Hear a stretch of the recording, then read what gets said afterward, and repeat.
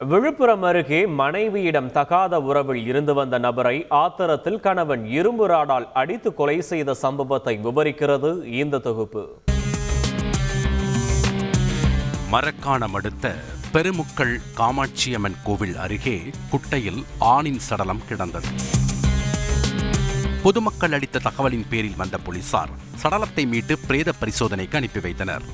இறந்து கிடந்த இளைஞர் யார் என்பது குறித்து போலீசார் விசாரணை நடத்திய போது அதே பகுதியைச் சேர்ந்த டிப்பர் லாரி ஓட்டுநர் மணியரசு என்பதை போலீசார் உறுதிப்படுத்தினர். கொலைக்கான காரணம் குறித்து விசாரணை நடத்திய போது உயிரிழந்த மணியரசு அதே பகுதியைச் சேர்ந்த அன்பு என்பவரின் மனைவி வெண்ணிலா என்பவரிடம் தகாத உறவில் இருந்து வந்தது தெரிய வந்தது. தகாத உறவில் ஏற்பட்ட தகராறில் கொலை செய்யப்பட்டாரா என்ற கோணத்தில் சந்தேகத்தின் அடிப்படையில் அன்புவை காவல் நிலையம் அழைத்துச் சென்று போலீசார் விசாரணை நடத்தினர். அதில் பல திடுக்கிடும் தகவல்கள் வெளியாகின. மனைவி வெண்ணிலாவுடன் மணியரசு தகாத உறவில் இருந்து வந்ததை அறிந்த அன்பு வேதனை அடைந்துள்ளார். இதனால் மனைவி மற்றும் குழந்தைகளை அங்கிருந்து வந்தவாசிக்கு அழைத்துச் சென்று குடும்பம் நடத்தி வந்துள்ளார் அன்பு. ஆனாலும் மணியரசு வெண்ணிலாவுடனான தொடர்பை துண்டிக்கவில்லை என கூறப்படுகிறது.